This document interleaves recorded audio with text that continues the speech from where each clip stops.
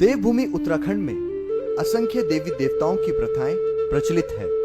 प्राचीन समय से ऐसी कई प्रथाएं हैं जो समय के साथ धुंधली हो चली है। ऐसी ही एक प्रथा पौड़ी गढ़वाल के खिरसू ब्लॉक में बसे दो गांव कोटकी और ग्वाड़ में प्रचलित है। यहाँ हर साल दोनों गांवों में एक मेले का आयोजन किया जाता है जिसे कटबद्दी मेला कहा जाता है। इस मेले के पीछे छुपे तथ्य समय के थपेड़ों से इतने धुंधले हो चुके हैं कि आज की पीढ़ी को यह भी नहीं पता कि यह प्रथा कब से चली आ रही है। इस दिलचस्प प्रथा को करीब से जानने के लिए हम पहुंचे श्रीनगर शहर से 22 किलोमीटर दूर स्थित खिरसू ब्लॉक में, जहां मेले की तैयारी जोर शोर से चालू है।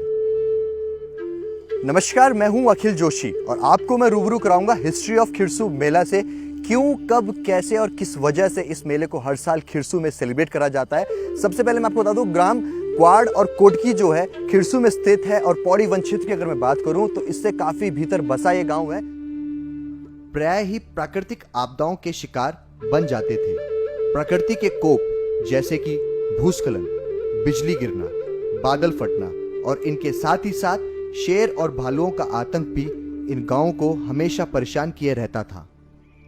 इन सब से निजात पाने के लिए इस गांव में बसे बद्दी जाति के समुदाय के जो बुजुर्ग व्यक्ति हुआ करते थे, वो अपने आने वाली फ्यूचर के लिए, अपने आने वाली जनरेशन के लिए अपने प्राणों की आहुति दे दिया करते थे। बद्दी जाति के लोग निचली जाति के माने जाते थे और इनका व्यवसाय गांव में नाच गाने करने का होता था और ये गीत संगीत नाटक के लिए अन्य गांव में भी भ्रमण किया करते थे। इनको आप पुराने जमाने के सर्कस वाले भी कह सकते हैं। और इस समुदाय ने गांव को प्राकृतिक आपदा से बचाने का जिम्मा अपने ऊपर लिया। इनका मानना था या इनका सोचना था कि नर बलि देकर वन देवी प्रसन्न होगी और गांव को प्राकृतिक आपदा और जंगलों के खतरों से राहत मिलेगी।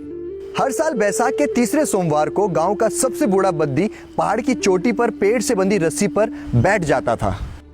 यह रस्सी गांव के ऊपर से होती हुई 400 मीटर लंबी होती थी और उसे नीचे खेतों में बांध दिया जाता था। बूढ़े बद्दी को जब इस रस्सी पर रड़ाया जाता था तो या तो रस्सी टूटने के कारण गिरकर मर जाता था या रड़ाने के दौरान उसे गंभीर चोट लग जाती थी और रड़ाने वाले बद्दी को वहीं मार दिया जाता था। बलि चढ़े बद्दी के बालों को वहीं खेतों में दफन कर दिया जाता था और इसके बाद गांव वाले मिलकर एक मेले का आयोजन करते थे जिसमें 5 दिन तक पूजा प्रार्थना होती थी और इसी में बद्दी समुदाय के लोग हर्षोल्लास के साथ नाच गाना भी करते थे। यही एक कारण है कि खिरसू मेले को कोटीक बद्दी या बद्दियों का मेला भी कहा जाता है। मानव बलि के बहिष्कार के कुछ समय बाद इस प्रथा को बंद कर दिया गया।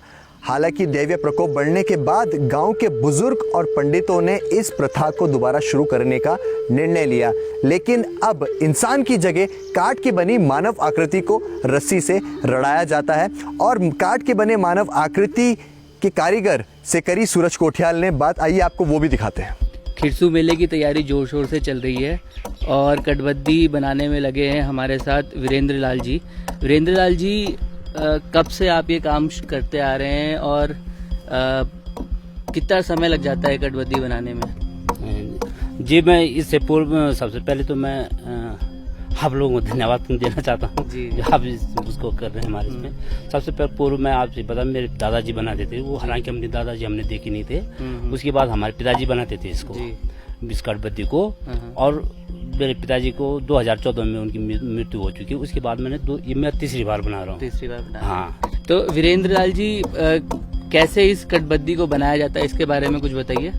जी, ये कटबद्दी जो है, ये हम इसको जंगल से बांस की लकड़ी होती है और पेड़ होता है तो उसकी टहनी से काट के लाते हैं जिसके 2 फांग होते हैं जी। और उसको जो है हम इसकी वो देते हैं मनुष्य की आकृति जैसे, हालांकि जैसे ये आपके सामने पुराना वाला देखने के लिए रखा है। अच्छा, और इसके लाने के लिए ग्राम सभा द्वारा मेरे साथ में 10-12 लड़कों का एक समूह बनाया जाता है जिसको मतलब सहायता लिए कि आप जो है वो करते हैं सहायता के लिए, और उसको हम यहाँ पे बैठ के और अब इसमें पूरा ये मनुष्य का रूप देना है, इस पे पूरे आकृति वो निकालनी है इसमें पूरे, जैसे ये सामने पे दिखाई दे रहा है इस तरह से बनाते हैं जी। तो इसमें ये जो पुरानी कटबद्दी यहाँ पे रखी हुई है जी, इसका आप कैसे इसको यूज करते हैं? ये थोड़ा सा उदाहरण देखने के लिए हमारे पास ये है कि थोड़ा सा इतनी जानकारी हमें भी नहीं, पर थोड़ा ये मेरे पिताजी ने बना रखी है जी, तो हमने इसे देख के थोड़ा इसमें भी हम वो दे रहे हैं डिजाइन, ताकि वो हो तो जाए। इसमें ऐसा रहता है कि कहीं पे लिखित नहीं है कि कैसे बननी है, और इसको देख देख के ही ऐसे बनाया जाता हाँ है। जी, देख देख के बनाया जाता है। वैसे अब मुझे मौखिक भी इस चीज का वो हो गया ज्ञान ज्ञान। कहाँ पे कितना वो होता है। और नाप हम इसको ऐसे करके हम अंगुलियों से वो गृहस्थ के पुराने उस टाइप पे करते हैं इसे। इसमें फीटा का प्रयोग नहीं करते हैं जी। ठीक है, धन्यवाद। जैसा कि हम क्षेत्रवासी जनपदवासी समझते हैं कि किरसू कटबद्दी मेला पौराणिक मेला है और 150 साल पहले से मनाया जा रहा है, लेकिन बड़ी विडम्बना है कि इस मेले को अभी तक राज्य सरकार का दर्जा प्राप्त नहीं हुआ है। मैं राज्य सरकार और क्षेत्रवासी राज्य सरकार से निवेदन करते हैं कि इस मेले को राज्य मेले का दर्जा दिया जाए।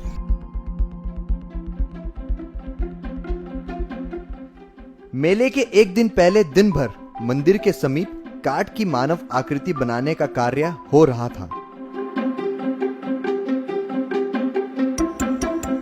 शाम होते होते सारे ग्रामवासी कोटगी गांव, जहां इस साल बद्दी लड़ाई जानी थी, के पंचायती चौक में इकट्ठा होने लगे। इस गांव में आज बहुत भीड़ थी। शहर में बसने वाले ग्रामवासी भी मेले में सम्मिलित होने के लिए गांव आए थे। पूजा में घंटेश्वर घंडियाल देवता का आवाहन किया जाता है। घंटेश्वर घंडियाल के पशुआ को मंदिर में बिठा उनकी विधिवत पूजा की जाती है। ढोल दमों की ताल पर देवता अपने पशुआ पर दृष्टि डालते हैं। देखते ही देखते कई ग्रामवासी एक अनदेखी दैवीय शक्ति से जुड़ नाचने लगते हैं। रात भर हर्षोल्लास के साथ ढोल दमों के साथ नाच गाना चलता रहता है।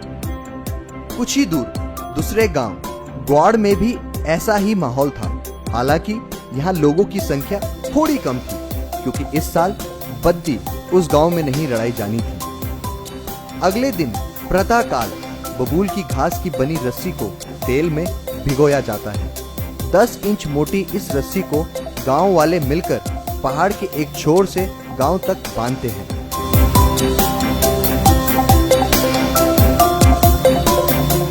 फिर गांव के पंचायती चौक पर कटबद्दी को तैयार किया जाता है।